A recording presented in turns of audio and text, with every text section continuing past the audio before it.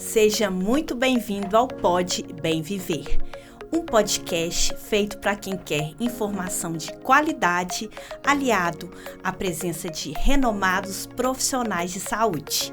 Estou aqui com duas profissionais de excelência, a doutora Cláudia Antunes, nutricionista materno-infantil, e a doutora Lara Miranda, nutricionista materno-infantil.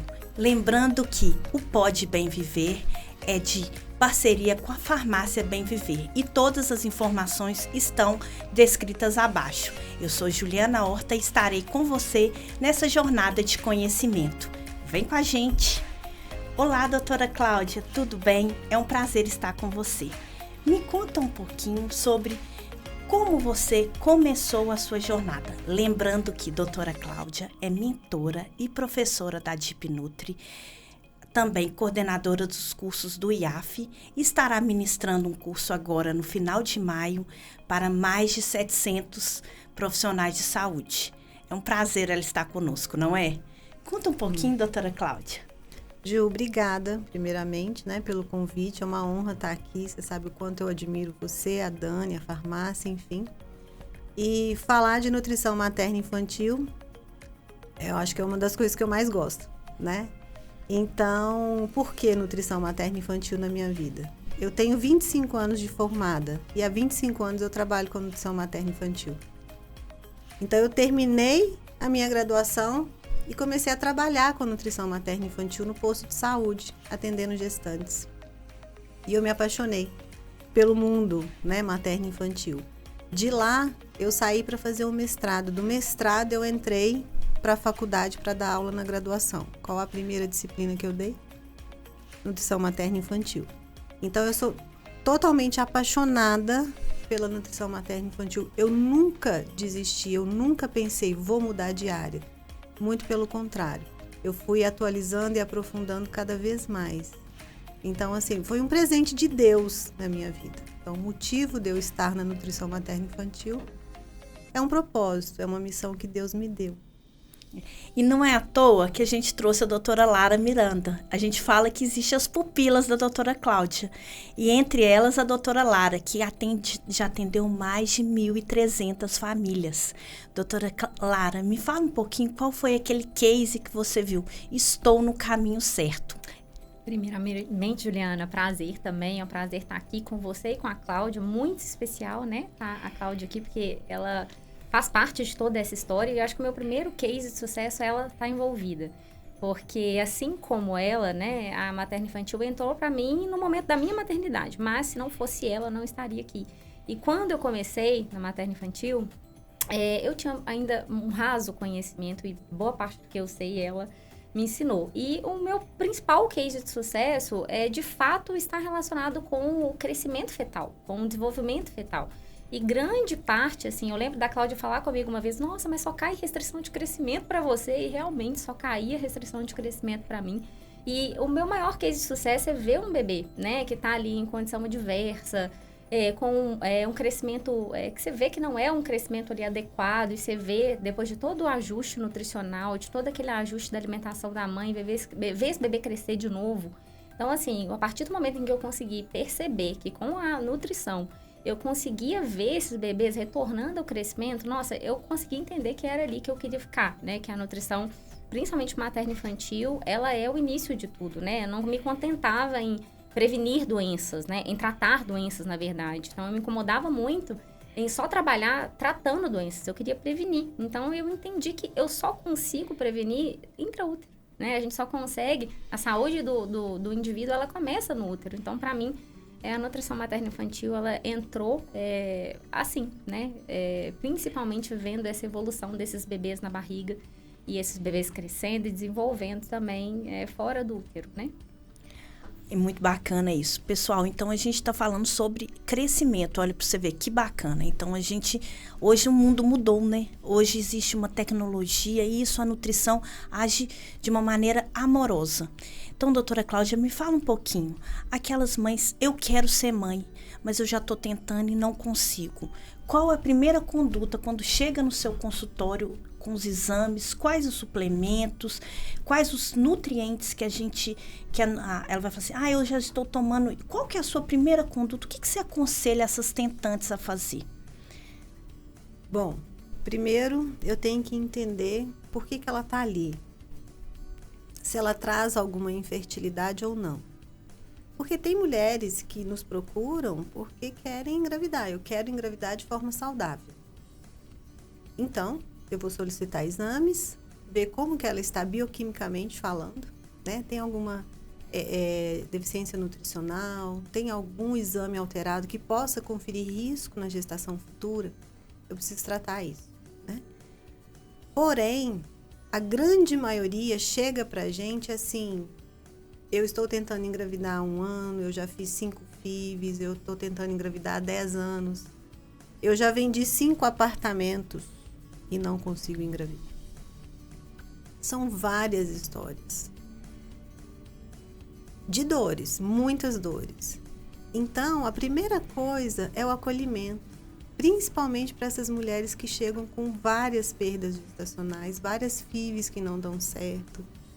Então, assim, entender o que leva a essa mulher a não conseguir engravidar, ou o casal, na verdade, né? Porque não é só a mulher, é o casal. Então, a nutrição, ela tem um papel fundamental. Muitas vezes esses casais chegam pra gente, né, Lara? Com infertilidade sem causa aparente. Eu já fiz de tudo, já fiz tudo quanto é exame, não tenho nada, mas eu não consigo engravidar. E quando a gente pede os nossos exames básicos, de nutrição, vitaminas, minerais, observando se tem alguma relação com doença autoimune, com uma intolerância ou uma alergia alimentar, uma sensibilidade alimentar, a gente vai buscando tudo isso. Porque se a gente pensar, a nutrição é o que nos move, é o que coloca o nosso corpo de pé. Sem a nutrição a gente adoece. Então tá faltando alguma coisa. É a nível celular? É mitocôndria? Aonde é que é? Qual é o nutriente que está faltando? Como é o ambiente que essa pessoa vive? Quais são os gatilhos que podem estar levando essa mulher, esse casal, a não engravidar? A gente precisa tentar entender. Não é matemática, 2 e 2 são 4. É muito além disso, sabe? Então, a gente precisa partir desse ponto. Então, tem exames a serem solicitados da parte nutricional que muitas vezes não são pedidos? Sim. Tem suplementos específicos para o ovário? Tem suplementos específicos para a gente melhorar a saúde mitocondrial? Tem suplementos específicos para a saúde do homem? Sim, tem. Então, baseado nisso é que a gente cria a nossa conduta. Sobre a questão da alimentação. O que vocês duas acham que são os superalimentos? A gente fala superalimentos, mas é porque é um termo muito usado. E aqueles vilões para as tentantes? Porque eu vejo muito na nutrição, o nutri, que a gente precisa, o que a gente ingere no nosso dia a dia também. Eu queria muito que vocês falassem sobre isso. Então, a gente tem uma diferença, né, do alimento que traz nutriente, do produto alimentar, daquele produto alimentício, né, que traz ali uma conferência de sabor, de talvez energia ou gordura ou proteína, mas que não traz, de fato, nutrientes. Eu acho que, de fato, não dá para falar só de um nutriente, né? Eu falo que fertilidade é uma orquestra, né? Então, o nutriente que mais vai ser danoso para a fertilidade é aquele que está em deficiência. Então, a gente não pode colocar ali um alimento em destaque ou um nutriente em destaque. A gente precisa lembrar que é um conjunto, né? O que a gente vê hoje no panorama, né, Cláudia? A gente vê hoje, desde assim da antiga geração, da geração anterior à que a gente vive hoje, as pessoas não se alimentam mais com nutrientes, né? As pessoas se alimentam hoje com produtos industrializados. Então, hoje a gente tem uma crescente de fome oculta, que é quando você consegue suprir necessidade energética, proteica, de gordura, calórica, mas de fato não consegue suprir a necessidade nutricional. Então, se eu fosse classificar, né, eu acredito que a Cláudia também, os superalimentos é o alimento de verdade, né? É a fruta, a verdura, o legume, aquele alimento com casca. Eu tenho uma frase que eu gosto muito, que é aquela, assim, descasque mais e desembale menos. Se eu pudesse dar uma dica, eu acho que era essa, né? Porque a gente vive hoje no mundo industrializado. É tudo industrializado, né? E a indústria vem também com a proposta do saudável, do enriquecido. E isso vai seduzindo muitos olhos, né? E isso acaba sendo o ponto principal. As pessoas hoje não comem comida de verdade. As pessoas comem produtos. E eu acho que isso é o que é o mais complicado. Porque os nutrientes, de fato, para otimizar a fertilidade vão estar no alimento de verdade. Né? E vilões que vocês veem para as tentantes? Existem alguns vilões, ou eu estou errada? Me fala um pouquinho disso. Ou a gente desmistifica esses vilões? Ou, não, pode, quem está tentando pode comer tudo. Me fala um pouquinho sobre isso, doutora Cláudia. Ultraprocessados, é o que a Lara estava falando. São vilões, assim, com força. O que tem no alimento ultraprocessado? Aditivos. O que tem numa embalagem de alimentos ultraprocessados? Contaminantes. Mercúrio não, alumínio, fitalatos, bisfenol. Então, assim, para mim é o principal vilão. Eu vou falar de um outro vilão que está no alimento de verdade, que é o agrotóxico. Responsável por grande parte de uma infertilidade masculina e feminina. Então, quando a gente fala em alimentos orgânicos, nós não estamos de modinha. Uhum. É porque os alimentos estão lotados de agrotóxicos. Infelizmente, aqui no Brasil, vários deles são liberados. E a gente tem um monte de artigo mostrando como eles podem danificar óvulo, espermatozoide, fazer com que essa qualidade dos gametas, tanto masculino quanto feminino, caiam bastante. E se a gente tem gameta feminino e gameta masculino de qualidade ruim, nós vamos ter um embrião ruim. Um embrião ruim, muitas vezes ele não consegue implantar, e muitas vezes quando ele implanta, ele pode não evoluir. E daí vem um aborto. Isso é um dos exemplos. Então, assim, mesmo que seja um alimento natural, o que eu sempre falo para as minhas pacientes é assim, a Anvisa, ela libera um ranking dos alimentos que mais têm agrotóxicos. Primeiro, segundo, terceiro, os 10 primeiros. Eu falo, esses aqui, tenta consumir orgânico. Se você não conseguir, não coma. Exemplo, morango. Um moranguinho, eu acho que ele tem mais agrotóxico do que nutriente. Exatamente. Eu só lembro do então, morango quando falam disso. Não como. Pimentão, meu Deus, tem muito. Então, se você não conseguir comprar orgânico desse, não coma. Bebida alcoólica, né? É outro vilão. Causa dano? Com certeza. Mesmo para as tentantes. Inclusive, homens e mulheres. É assim, é uma coisa que a gente só fala grávida, mas a gente não esquece disso. E falando sobre essas doenças, né? Quais são as doenças que a nutrição tem estudos relatados para as tentantes? Que pode estar ajudando?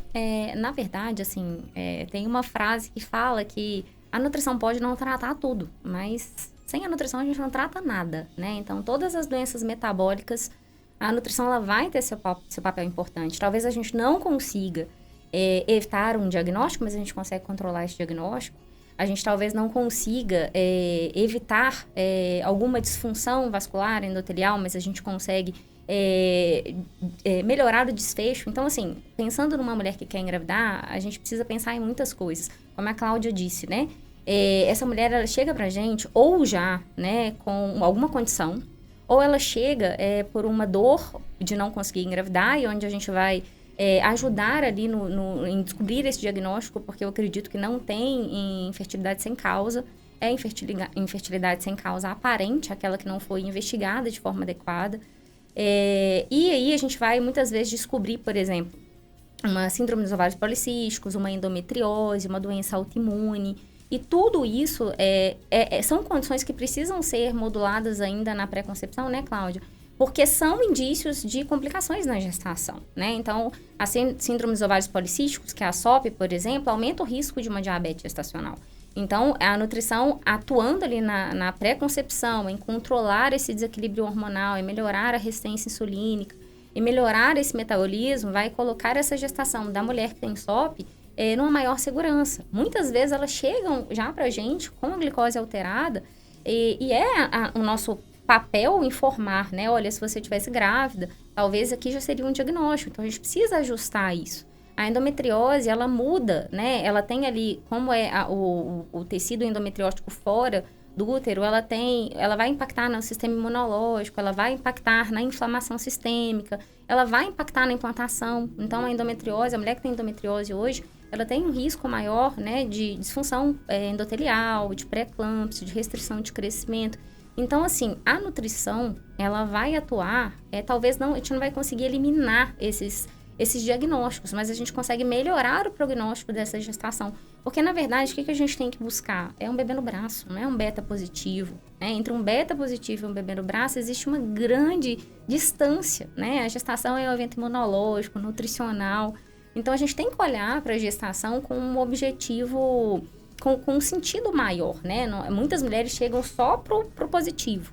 E, na verdade, não é isso que a gente quer. A gente que trabalha nessa área, né, Cláudia, a gente vê muitas gestações não evoluindo. A gente vê muito mais o lado negativo do que o positivo. E, às vezes, a gente é taxada de pessimista, mas não é. Né? A gente precisa ver, de fato, pensar lá no futuro. Lá quando esse bebê estiver no braço dessa mãe, né? É um bebê que nasceu no tempo, no desenvolvimento certo, com o peso certo, com o neurodesenvolvimento certo. E se essa mãe já tem ali alguma condição metabólica, nutricional, antes de engravidar, isso vai impactar na gestação. Então, como eu disse, acho que a nutrição, ela não vai... Talvez não trate tudo, mas sem ela é impossível fazer. Não dá pra fazer nada, né? Assim, pensando em fertilidade. Uma dúvida que a gente tem é que eu vejo que hoje as mulheres estão engravidando mais tarde, a maioria delas, pelo mercado de trabalho. Isso impacta muito, doutora Cláudia, na tentativa de... Fala um pouquinho como que a mulher que... eu quero engravidar porque, assim, há um tempo atrás eles falavam que até os 35 a gente tinha que engravidar. Isso mudou? Como que é essa idade? O que vocês da nutrição dessa área veem sobre a idade que a pessoa tem que... É uma idade limite? Depois a gente tem um risco de síndrome de Down. Então, assim, a pessoa que quer tentar um processo, quer ser mãe, ela tem que começar a partir de que idade já a procurar uma especialista na área, como vocês? Bom, eu acho que o momento da mulher engravidar é o momento que Deus dá para ela, primeira coisa, né? Mas assim, falando aqui na ciência, o que nós temos? A partir de 35 anos, a mulher ela começa a ter uma queda na qualidade dos seus óvulos, né? Mas popularmente a gente fala óvulos. Nós vamos perdendo em quantidade ao longo da nossa vida. Então, na barriga da nossa mãe a gente tem um número, nascemos, perdemos um monte deles e todo mês a gente perde uns 1000 óvulos, tá? Então, em termos de quantidade, a tendência é o quê? Diminuir, diminuir, diminuir. Até quando a gente chega na menopausa, porque não tem mais, né? Mas, a partir de 30, 35 anos, principalmente, essa qualidade começa a cair. E é isso que é impactante. A redução da qualidade, a piora da qualidade. Então, quando a gente tem uma mulher que quer engravidar com 40, 45, 38, 39, a gente já está pensando na qualidade. Porém, isso vamos dizer assim, isso é o que a gente tem. Mas eu digo para você que hoje em dia as pessoas estão vivendo num ambiente às vezes tão hostil, uma alimentação tão ruim, que a gente tem mulheres jovens com uma qualidade de gameta, de óvulos, muito pior do que uma mulher de 38, 39 e 40. Pelo estilo de vida, por algumas doenças relacionadas, SOP, endometriose, por exemplo. Então, se a gente for comparar somente idade, eu diria isso que eu falei para você no início. Porém, não é só isso. Ah, então, porque eu tenho 27 anos... Eu não tenho 27. Eu acho que eu queria ter, talvez. Não, mas tá bom aqui, eu com a minha idade. Enfim, não é porque a mulher tem 27 anos que ela tá top, não. Tem muita coisa influenciando ali. Então, a gente pega muito no consultório mulheres jovens que não conseguem engravidar. Ressaltando aí que você falou, Cláudia, uma coisa que tem chegado muito no consultório é o envelhecimento ovariano precoce e a baixa reserva ovariana. São mulheres jovens que quando você vai dosar o antimuleriano, ela já tem ali uma baixa reserva. Uma mulher que só pelo fato de idade já não justificaria, né? E muitas vezes elas são taxadas assim, né? Pelos profissionais que acompanham. Não, mas você é jovem. Não precisa preocupar com isso, porque sua idade ainda é confortável. Mas quando a gente vai olhar com exames laboratoriais, a gente vê, né, uma baixa reserva, a gente vê o envelhecimento ovariano acontecendo. E isso é uma grande preocupação, porque eu acho que o prognóstico de infertilidade no futuro é muito grande. Né? E por que a gente tem que pensar nisso? Eu acho que a gravidez é um ponto importante para poder mudar esse futuro dessa geração. Porque a mulher, ela gera ali as células germinativas do filho. Né? Então, a fertilidade do filho, né? A fertilidade do nosso filho está sendo gerada no nosso útero. Né? E que foi gerada no útero da avó. Então, vai ali até 3 gerações. Então, é muito transgeracional. Então, assim, se a mãe teve uma baixa reserva, entrou na menopausa precocemente, isso, consequentemente, aumenta a chance dessa jovem mulher também ter. E a filha dela também ter. Então, é um quadro que a gente precisa correr atrás para poder mudar o ciclo, né?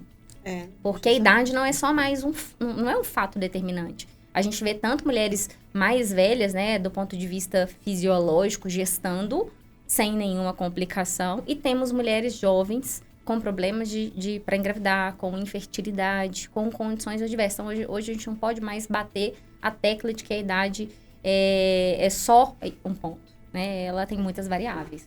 A idade é um fator que a gente não mexe. Entendeu? A mulher tem 45 e ponto. Você não mexe no fator idade, mas você mexe em todos os outros fatores que influenciam a má qualidade do óvulo dela. É ali que a gente tem que ir, é ali que a gente tem que... Entendeu? Então, por que uma mulher... Hoje a gente fala, né? Como você me perguntou. Por que a mulher mais velha, ela tende a ter um maior risco para bebês sindrômicos? Pela qualidade do óvulo dela. E pegando esse gancho, hoje está tendo muito o congelamento de óvulos, né? Então, não adianta a pessoa achar que... Vou pegar a idade de 27 anos. A pessoa tem 27 anos, então eu tô ótima e posso congelar meus óvulos. Não é bem assim, né? Eu acho que vale a pena fazer uma avaliação. Qual avaliação? Avaliação de como que ela está bioquimicamente falando, de nutrientes, como que ela está com os hormônios, porque o que a gente espera de uma mulher de 27 anos? Que ela tenha um FSH abaixo de 10. Esses dias eu peguei uma mulher de 28 com um FSH de 17. O que isso quer dizer para mim? Qualidade. Alterações hormonais. Se eu tenho alterações hormonais, esse corpo não está funcionando bem. Uma mulher com anovulação, uma mulher com ciclo irregular, isso não é sinal de saúde, tem alguma coisa, isso não é normal. E quando a gente tem essas situações, isso impacta na qualidade do óvulo dela. Então, a gente tem que fazer o quê? Entender por que isso está acontecendo. Vamos atuar ali. Então, a gente tem, por exemplo, se eu for citar suplementos aqui que fazem esse controle, o minoxidil, por exemplo, é um dos queridos. Quando a gente tem essas alterações hormonais, prolactina lá em cima, FSH lá em cima, né? Prolactina bloqueando o eixo. Então, esse entendimento é fundamental, mesmo para uma mulher mais nova. É muito comum alguns profissionais só pedirem exames hormonais das mulheres acima de 30, 35 anos. Mas é importante a gente olhar. Se for congelar óvulos, não congele sem preparar, né? Tem que preparar. Porque, né, como a gente disse, a idade ela é um fator, mas existem muitos outros ali por trás. Elas são tentantes, né? Vamos falar isso. Elas estão tentando também ser mães. Então, acho que elas têm que passar por essa avaliação de um profissional renomado. E, pessoal, então você falou muito sobre o beta. O beta deu positivo. E aí? Alegria da família. E qual que é o próximo passo a partir daí? A gente tem duas situações. A gente falou muito das tentantes, mas a pessoa que nunca foi numa nutricionista e hoje a gente vê que a nossa cenoura não é igual a cenoura que a minha avó comeu, que minha mãe comeu. A Andréia gosta muito de falar isso no curso dela, né? Da cenoura. E aí, o que a grávida... A gente vê que hoje, infelizmente, está tendo muito autismo, né? É assim, muitas TDAHs, TDAs. Então, assim, estou grávida. Por que procurar uma nutricionista materna infantil?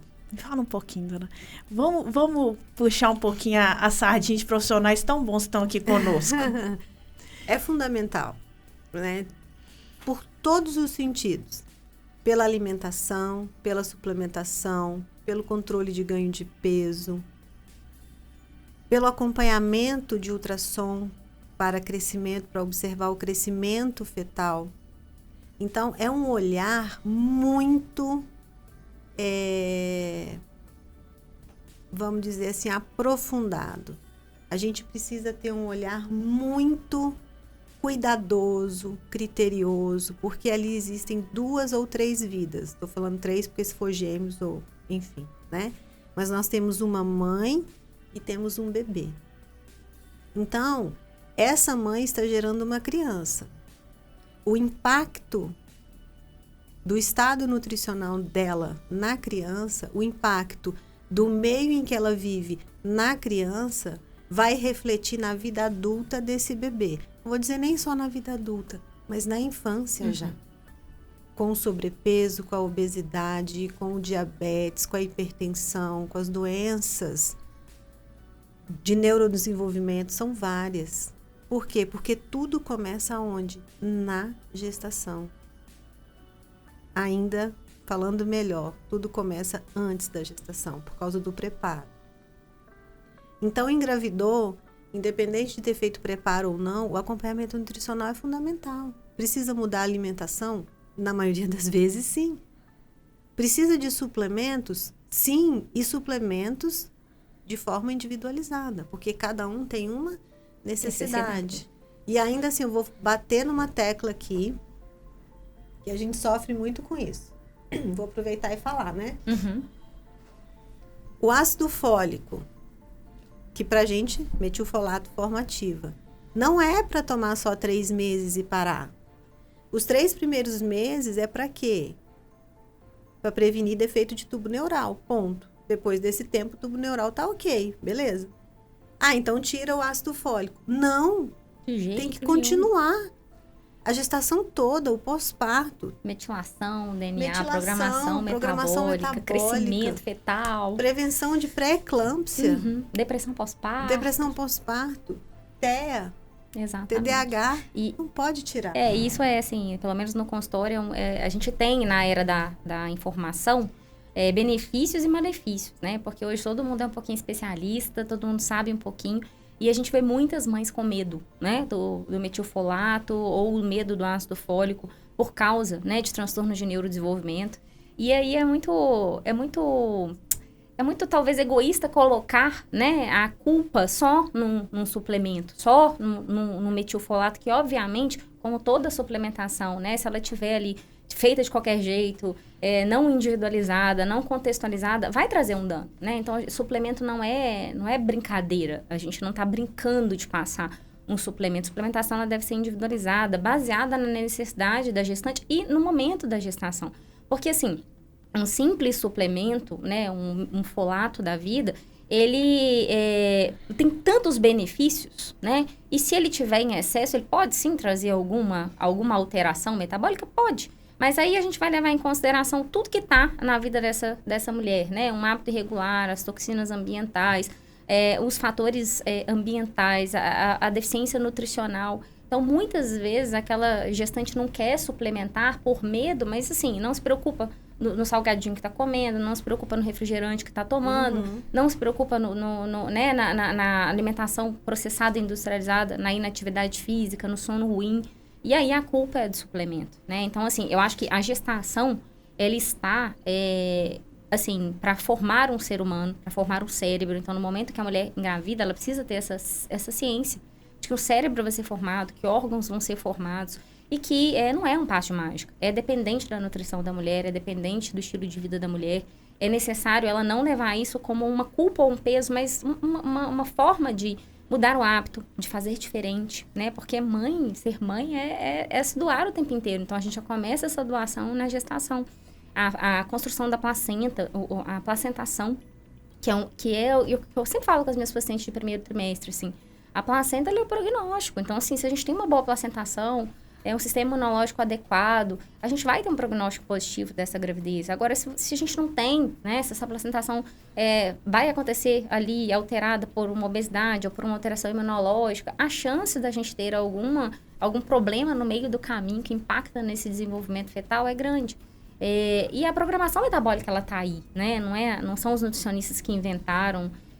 Isso já é muito falado na literatura, né, Cláudia? E como que o impacto intrauterino é determinante na vida fora do útero.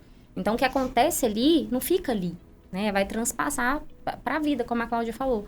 Então, ter a responsabilidade da nutrição, da suplementação, da individualização na gravidez, eu acho que é muito mais do que um controle de peso ou, né, um controle de glicose, que muitas gestantes vêm só para isso. É necessário educar, né, as mães para isso, para entender que ali está gerando uma vida, que ali, né, vai sair um ser humano. Doutora Lara, eu queria perguntar, nós falamos muito sobre isso, sobre a alimentação da gestante. Eu não sei, eu vejo que hoje o prato do brasileiro não está sendo mais o arroz, feijão, a salada, o legume, a verdura. O arroz e o feijão, esse pratinho, o PF brasileiro, é bom para a grávida? O que você fala? Com certeza, né? É o que a gente fala.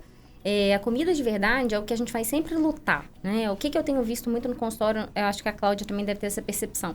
As pessoas hoje, principalmente a refeição noturna, né? O jantar, ninguém janta mais.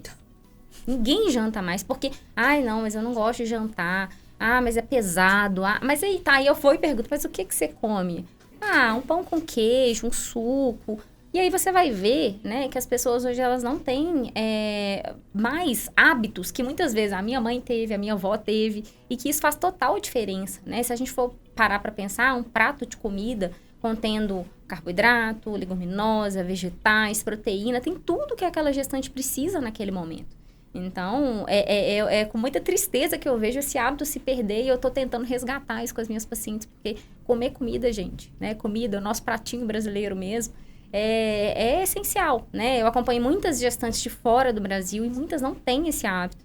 Então, é muito difícil inserir isso lá. E a gente vê, né, a diferença, assim. Eu espero que isso não se perca, né? Que a gente consiga trazer isso de volta. Porque comer comida, né? Um prato de comida mesmo, variado, equilibrado, é o melhor para grávida. Não tem como falar que não. Doutora Cláudia, nós vamos ver sobre o seu curso de diabetes gestacional. Sua batalha, tá todo mundo ansioso para essa batalha, né? No IAF. Me fala um pouquinho, porque hoje o consumo de doce aumentou muito, né, gente? Hoje, assim, que vontade de comer um docinho. É uma frase, mulher tá estressada, come um docinho. Hoje, e assim, o que a gente pode fazer para evitar essa diabetes? Porque eu vejo que é um dos vilões da gravidez, né? Vai ter outros que eu também gostaria que vocês falassem também pra gente, mas eu peguei esse porque eu já tenho filhos mais velhos, eu vejo que era uma preocupação da minha ginecologista, a gente tinha que fazer aquele exame de insulina, tal, mas esse é o que eu vejo o principal, que sempre foi disseminando, né? E me fala um pouquinho, como evitar essa diabetes gestacional através da nutrição? Diabetes gestacional é a doença metabólica mais prevalente, né, na gestação. A prevenção, ela vem desde a pré-concepção, quando a gente tem a oportunidade de fazer isso. Porque pelos exames a gente vê risco e a gente começa, então, a cuidar para minimizar esses riscos. Mas aquela mulher, aquela gestante que vem pra gente, né? No primeiro trimestre, não fez um acompanhamento pré-gestacional. Mesmo aqui, no primeiro trimestre, eu vou ter que observar, eu vou ter que avaliar se ela tem riscos para desenvolver diabetes gestacional. Por exemplo, o peso dela. Qual o estado nutricional que ela está iniciando essa gestação? Sobrepeso, obesidade, aumenta o risco? Aumenta. A altura dela. Mulheres com a altura abaixo de 1,5 m tem maior risco de diabetes gestacional? Tem. Não sabia. Que mais? Mulheres com síndrome do ovário policístico. 2 a 3 vezes maior o risco para ter diabetes gestacional. Mulheres com glicemia alta, mesmo pré-concepção ou já ali no primeiro trimestre, uma glicemia de 90, quase batendo no 92, risco aumentado. Insulina mais alta, risco aumentado. E a própria alimentação e estilo de vida. A gente já vê por ali que a gente já tem um risco aumentado. Então, hoje as pessoas comem carboidrato demais. Não que o carboidrato seja um vilão, muito pelo contrário. Ele é necessário e a gente não pode fazer low carb na gestação. Porém, é o excesso, né? As pessoas vivem na carbolândia, que eu falo. É gostoso? É. Mas, então, ali a gente já consegue perceber isso. E o doce, ele vai ser um vilão? Com certeza. Tá? Não só para o diabetes gestacional, como para a formação do paladar do bebê. Eu vou voltar depois no doce aqui. Mas ainda assim, deficiências nutricionais aumentam o risco para o diabetes gestacional. Deficiência de zinco, vitamina D, de B12, de magnésio. E hoje, as mulheres estão com deficiências nutricionais. A gente pega zinco muito baixo, magnésio baixo, vitamina D baixíssima. Então, tudo isso a gente olha para quem? Para um risco de diabetes gestacional e outros desfechos negativos. Então, o que nós temos que fazer? Otimizar todos os exames que estão alterados. Nós precisamos de mudar a alimentação. Nós precisamos de controlar o ganho de peso na gestação. Se ela tem sobrepeso ou obesidade, não deixar ganhar peso no início da gestação. Acompanhar o desenvolvimento fetal, principalmente o peso fetal e a circunferência abdominal do bebê. Por quê? Porque a gente tem no diabetes gestacional um risco tanto para restrição de crescimento quanto para o bebê grande. É os dois. Às vezes as pessoas pensam que é só o bebê grande. Não é. O bebê pequeno com restrição de crescimento também é comum. Por quê? Porque o sobrepeso, a obesidade, o excesso de açúcar, o excesso de carboidratos levam a uma inflamação no organismo e essa inflamação causa lesão endotelial que vai influenciar na placentação e lá na frente essa placenta falha. E aí não consegue nutrir adequadamente esse bebê de nutrientes e oxigênio. Então ele vem a ter uma restrição de crescimento. Ainda aumenta o risco do parto prematuro. Aumenta o risco de um trabalho de parto mais prolongado quem consome muito açúcar durante a gestação. Então, por muitas vezes, as mulheres acham assim, a minha glicemia tá ótima. Eu posso comer açúcar tranquilamente. O que tem eu comer meu docinho?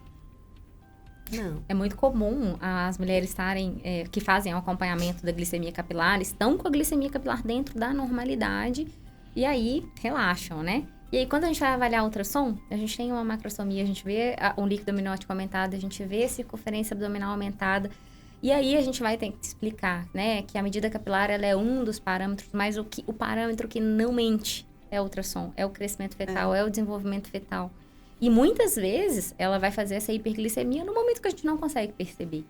Né? Então, a diabetes gestacional é a alteração metabólica mais comum, mais frequente e é aquela que traz também um risco maior daquela mulher se tornar e continuar diabética ao longo da vida. Então, é um dano muito grande para o desenvolvimento de um bebê no ambiente hiperglicêmico, mas também para a saúde dessa mãe, né? Então, é algo assim que é muito, muito frequente. E hoje em dia, assim, pelo menos no meu consultório, eu raramente pego uma gestante que tá tudo bem, né? Sempre tem uma coisa, sempre tem um problema. E aí a diabetes gestacional é o mais crescente, é o que tem crescido ainda mais. A gente tem associação dessa diabetes com a síndrome metabólica nessa criança, com a hiperglicemia, com a obesidade. Então, é difícil. Doutora Lara, você falou muito sobre um case que nós começamos sobre o crescimento baixo. Como que é a conduta, assim, o que vocês fazem nesse caso? E eu queria uma curiosidade, e para gêmeos, como que é? É o desafio dobrado? Me conta um pouquinho disso. Não tem que comer para 2, não tem. Nem para 4. Não, nem para 4, pelo amor de Deus. Na verdade, assim, o crescimento fetal, ele é, de fato, né, algo que vai acontecer mais gradativamente segundo e terceiro trimestre. Então, a gente só consegue avaliar, de fato, né, esse crescimento a partir do segundo e terceiro trimestre. A restrição de crescimento, ela vai ter algumas causas, né? Não é tão simples assim. A gente pode ter causas genéticas, a gente pode ter disfunções placentárias, né? Que é quando essa placenta não consegue passar nutriente, não consegue passar oxigênio. A gente tem causas imunológicas, a gente tem infecções, a gente tem as deficiências nutricionais, né? As deficiências nutricionais, na grande maioria das vezes, são as principais causas. Não de forma isolada, mas às vezes associadas a todas essas causas. Né? Então, quando a gente vai identificar, talvez, o crescimento do bebê, é muito importante a gente entender a idade gestacional, né, Cláudia?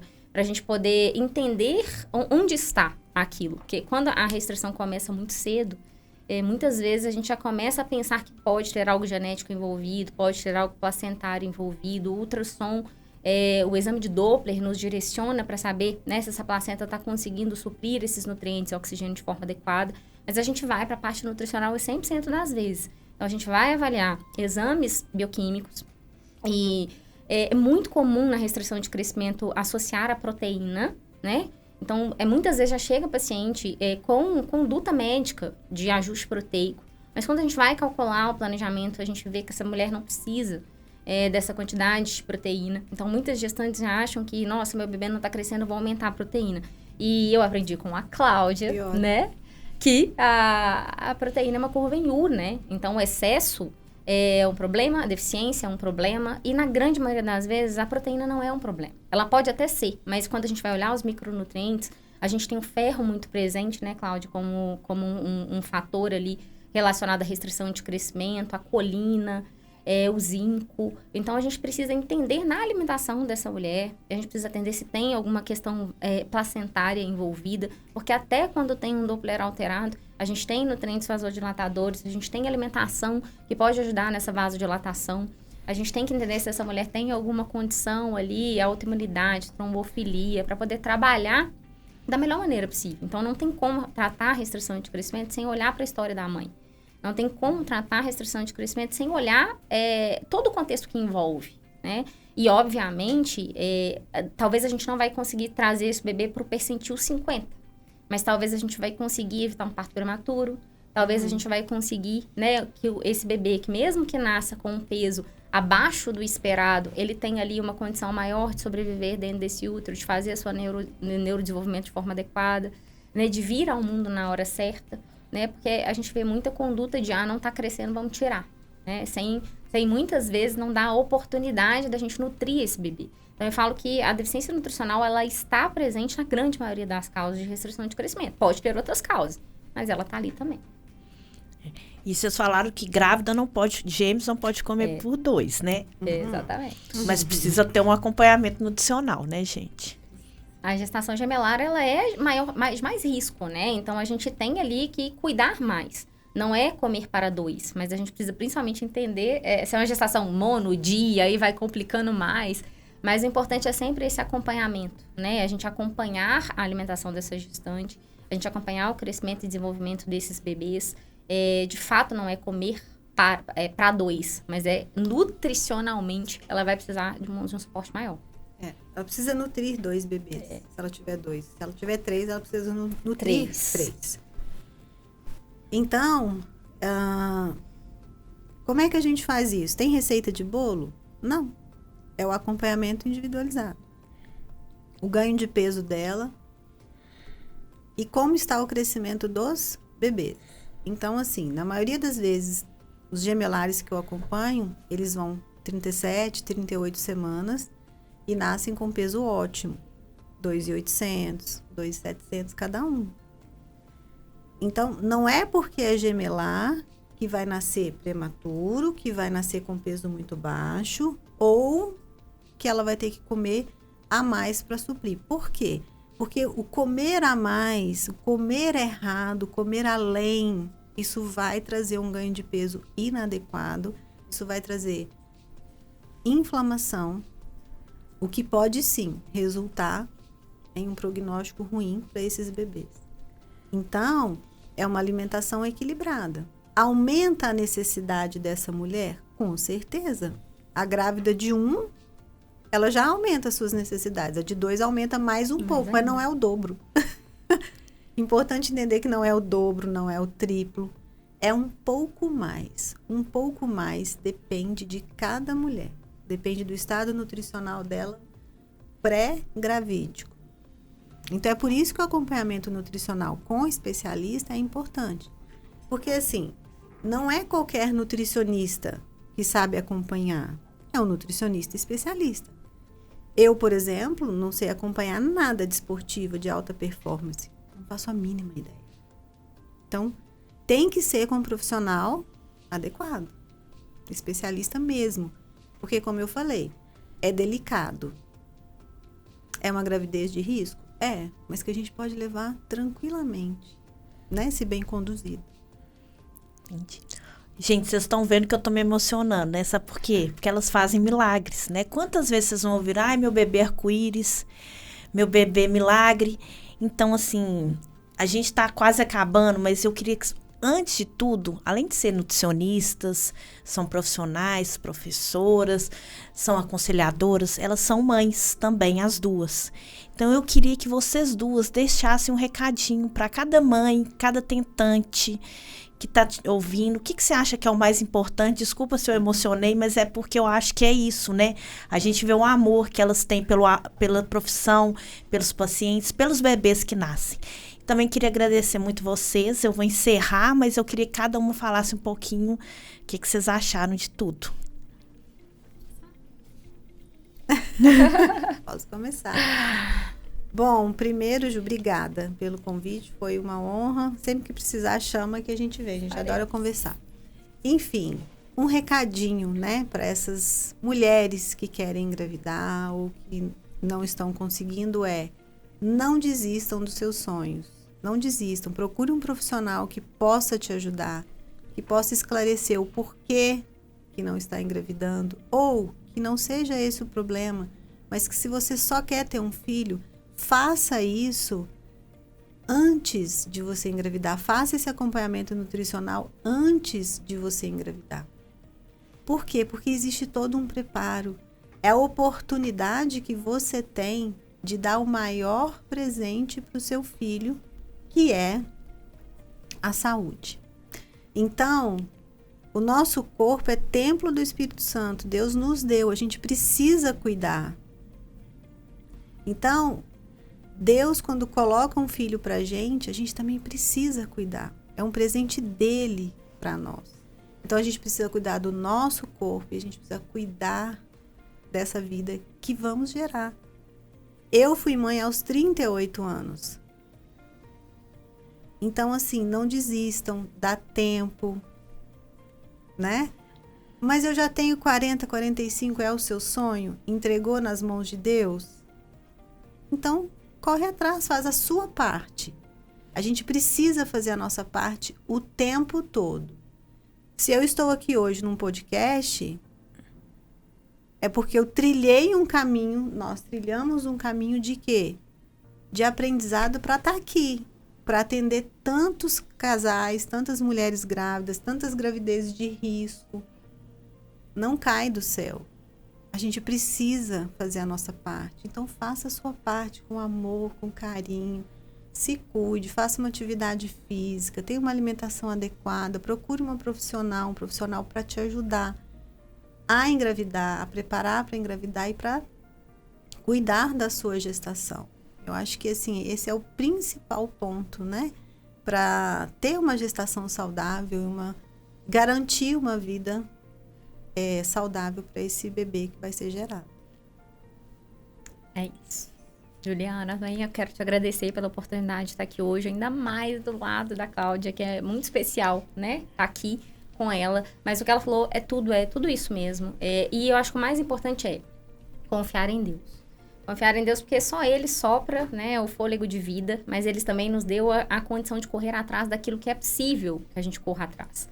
Né? Então, não adianta a gente esperar que essa promessa caia, né, no nosso colo, como uma promessa de Deus, mas Deus nos mostra muitas vezes o caminho para trilhar e para seguir. E às vezes o caminho não vai ser fácil, não vai ser confortável, não vai ser flores, né? Mas é necessário que a gente saia da zona de conforto, que a gente busque informações, que a gente mude os hábitos de vida. Então, assim, o milagre ele tá aí para ser vivido, então vamos correr atrás desse milagre.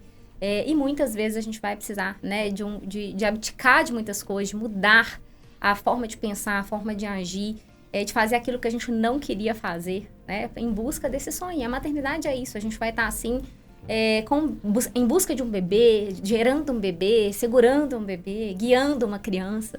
Então, o mais importante é não esquecer desse propósito que Deus que sopra o fôlego de vida, mas que a gente pode fazer a nossa parte, principalmente quando a gente está falando de cuidar do corpo. Né, cuidar aonde vai ser a morada, onde vai ser a casinha, onde esse desenvolvimento vai acontecer. E, de fato, né, fazendo a nossa parte, entregando nas mãos de Deus, com certeza esse milagre vem. No tempo dele, mas vem. Pessoal, muito obrigada. Espero que vocês tenham gostado. Eu amei, me emocionei várias vezes, né? E muito obrigada mesmo para vocês, gente, é de coração a Bem Viver, né? Tanto na minha presença quanto da Daniela, estamos aqui só para agradecer, espero que vocês gostem muito. Siga a gente nas redes sociais, siga a doutora Cláudia Antunes, doutora Lara Miranda também nas redes sociais, vocês vão saber muito mais, são profissionais que são verdadeiros corações de milagres para todos. Muito obrigada, gente. Tchau, tchau.